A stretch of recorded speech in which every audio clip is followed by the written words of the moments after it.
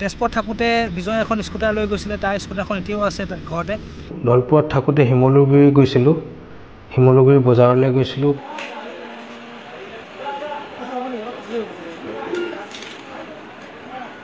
বজাৰৰ আগলৈ গ'লে আপোনালোকে পাব অৰুণাচল সীমান্ত।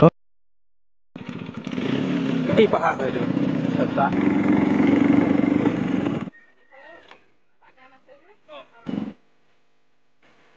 সেই স্কুটাৰখনত আমি গৈছিলোঁ ৰক গাৰ্ডেন বুলি ঠাই এটুকুৰাত। ৰক গাৰ্ডেন বুলি গৈ আমি যিটো পাহাৰ উঠিলোঁ, সেই তেজপুৰৰ বহুত ধুনীয়া পাহাৰ। জেগাটুকুৰাৰ নাম কি কয়?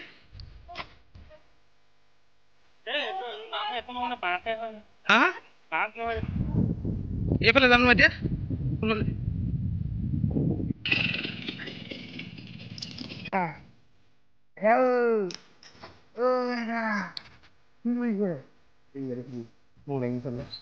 চিঞৰ মাৰচোন কত ধৰি হ'ব ন? কথা কওঁ। সেই পাহাৰটোত গৈ আমি কি কৰিলোঁ, কি নকৰিলোঁ, সেই স্মৃতি হিচাপে আমি বহু বছৰৰ পাছত সেইখিনি আকৌ দুটাই কথোপকথনৰ মাজেদি তুলিবলৈ চেষ্টা কৰিছোঁ। বন্ধুৰ লগত কথা পাতিম, স্মৃতি ৰোমন্থন কৰিম অলপমান ৰক গাৰ্ডেনলৈ যাম।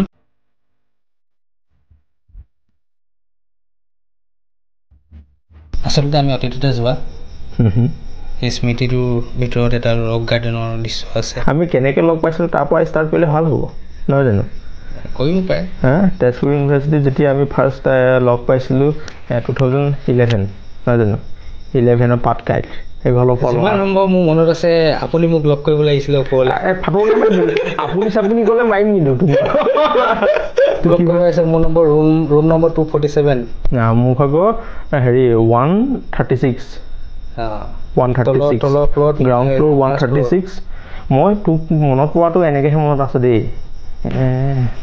ল'ৰা এটা পূৰা একদম জলবু টাইপৰ চোলা এটা দেই। ফুটবল খেলৰ তেতিয়া খুব। তাৰপিছত ফাৰ্ষ্ট টাইমটো আমি হেৰিয়তে গ্ৰুপতে আমি তেনেকৈ লগ পাইছোঁ, মানে কি কয় খাবলৈ যাওঁতে হয়তো কিবা মিলে। ইউনিভাৰ্চিটিত প্ৰথম যিটো পাটকাই অপেনিং হৈছে, অপেনিঙতো আমিয়ে প্ৰথম সোমাইছোঁ। ইনিচিয়েটিভ আমিয়ে লৈছোঁ আৰু লগোটো যিটো বনোৱা হৈছিলে ধুনীয়া হৈছিলে। সেইটো লগো পাটকাই লগোটোতো বিজয় হাজৰিকা বনাইছিলে, ইমান ধুনীয়াকৈ বনাইছে। আৰু এটা কথা, মই ইউনিভাৰ্চিটিত থাকোঁতে কম্পিউটাৰ ছায়েন্স ডিপাৰ্টমেণ্টত মেকিঙত খুব ইণ্টাৰেষ্ট। কোনোবাই বনাইছিলে। আমি আচলতে MCJ এটা ক্লাছ এটা আছিলে ফিল্ম ষ্টাডি বুলি। ফিল্ম ষ্টাডিত আমি কেইবাটাও আছিলোঁ। নিহাৰ নাছিলে, তাত দেৱহঁত আছিলে, তাৰপিছত মই আছিলোঁ।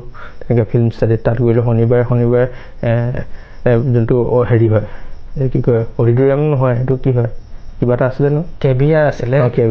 কেভিয়াৰ নহয় MCJ এটা এটা আছিলে স্ক্ৰিনিং হল এটা আছিলে। স্ক্ৰিনিং হলটোত সদায় শনিবাৰে 5টাৰ পৰা এখন মুভি লগাই দিয়ে, পুৰণা অল্ড মুভি, পূৰা ব্লেক এণ্ড হোৱাইট, কেতিয়াবা কালাৰ্ড মুভি। এতিয়া মোৰ কথালৈ আহোঁ, আমি ৰক গাৰ্ডেনলৈ যোৱা কথাটো লৈ পিনে আমি আৰম্ভ কৰিছোঁ দেই।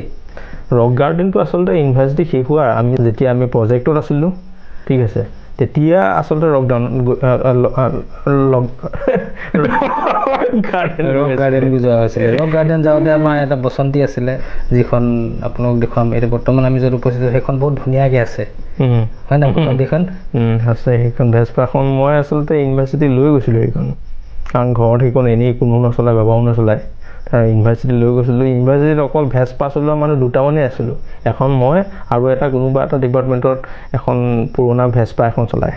তাৰপিছত তেতিয়া সেইখন আমি প্ৰজেক্ট কৰি থাকোঁতে লৈ গৈছিলোঁ। আৰু সেইখনেই মানে ইউনিভাৰ্চিটিত লৈ ঘূৰি ফুৰোঁ আৰু তেতিয়া ক্লাছ কৰিবলৈ যাওঁ, বা টাউনলৈ যাবলগীয়া হ'লেও যাওঁ। নিকামূল সত্ৰ মামাহঁতৰ ঘৰলৈ যোৱা।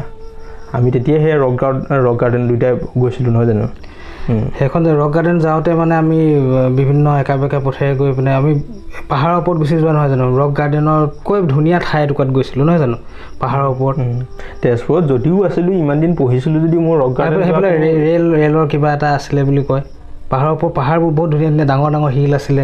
তাতে ঝাৰু লৈ পিনে ল'ৰা ছোৱালী দুটামান আহিছিলে যে, সেইটো হয়।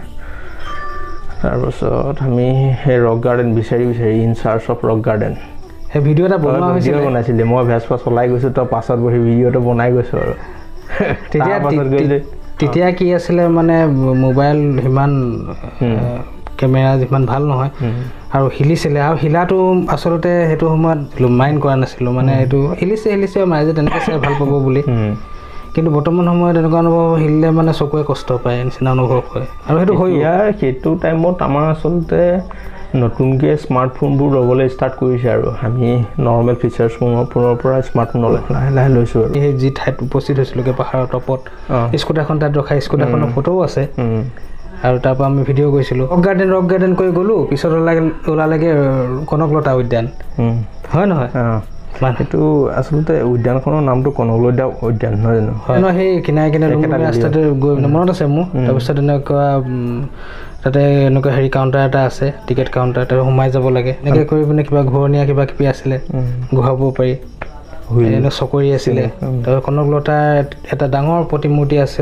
আচলতে আমি বহুত আচলতে ইমান প্ৰেছাৰ পৰি থাকে আমি শুইছিলোঁ মই মনত আছে এটা শিল এচটা আছিলে তাত শিল মানে বহিবৰ কাৰণে কিন্তু সেইটোত মোক শুই লৈ ফটো চটো মৰা মনত আছে ঠিক আছে তই তেনেকৈ 2-এখন ফটো মাৰিছ সেই বন্দুকটোৱাই আছিলে 42ৰ যিটো গহপুৰলৈকে যিটো 42ত এই কনকলতা মুকুন্দ কাকতি তেওঁলোক আহিছিলে সেই প্ৰতিমূৰ্তিবোৰ আছে তাতে ব্ৰিটিছে যিটো বন্দুকটোৱাই আছে ব্ৰিটিছৰ হয় নেকি তাৰ আগত ময়ো বুকু পাতি দিছিলোঁ এখন ফটো আছে ফটো মাৰিছিলোঁ তেতিয়া ৰক গাৰ্ডেন কেতিয়াবা আপোনালোকে যাব পাৰে আচলতে কনকলতা উদ্যান হয় আৰু সেই স্মৃতিটো অকণমান আচলতে ভিজুৱেল আছিলে কাৰণে আপোনালোক ভিজুৱেল দেখুৱাবৰ কাৰণে ৰক গাৰ্ডেনখনো এই চেগতে আমি কথা পতাৰ চেগতে আপোনালোকক দেখুৱাই দিলোঁ আচলতে আজি এই ভিডিঅ'টো মানে কি কয় মোৰ বন্ধু গৌতম আমাৰ ঘৰলৈ আহিছে মিষ্টাৰ বৰুৱা শব্দ গৌতম বুলিয়ে জানো তেতিয়াতো ইউনিভাৰ্চিটিটো ফাৰ্ষ্ট টাইম তোক নিশব্দ বুলিয়ে জানো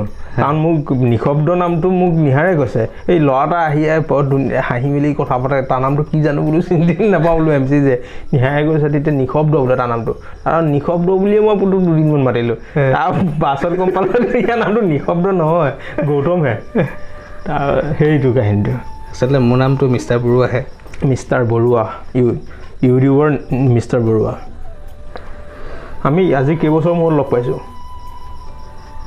মই হেৰি ৱেষ্ট বেংগল যাওঁতে সোমোৱা হৈছিলে গুৱাহাটীত তেতিয়া 2017 চাগে লাষ্ট 2017ত মোৰ ৰুমত আছিলি এটা তাৰ আগত 2016ত মই ইউনিভাৰ্চিটি এৰাউণ্ডেই লগ পোৱা কনকলতা উদ্যানত গৈ খুবেই ভাল লাগিল কনকলতা উদ্যান চাবলগীয়া ঠাই সেই সময়ত মই যিটো ফোন ব্যৱহাৰ কৰিছিলোঁ সেই ফোনটোত ইমান আকৰ্ষণীয়কৈ ভিডিঅ' তুলিব নোৱাৰিলেও যিখিনি তুলিছিলোঁ সেইখিনি আপোনালোকক দৃশ্য দেখুৱাই দিছোঁ বহুতো ঠাই ঘূৰিছিলোঁ তেজপুৰত থাকোঁতে আৰু ভাল লাগিছিল মই নিহাৰ একেলগতে থাকোঁ প্ৰায় ইউনিভাৰ্চিটিত আৰু সেই সময়ত বিভিন্ন ঠাই যোৱা হৈছিল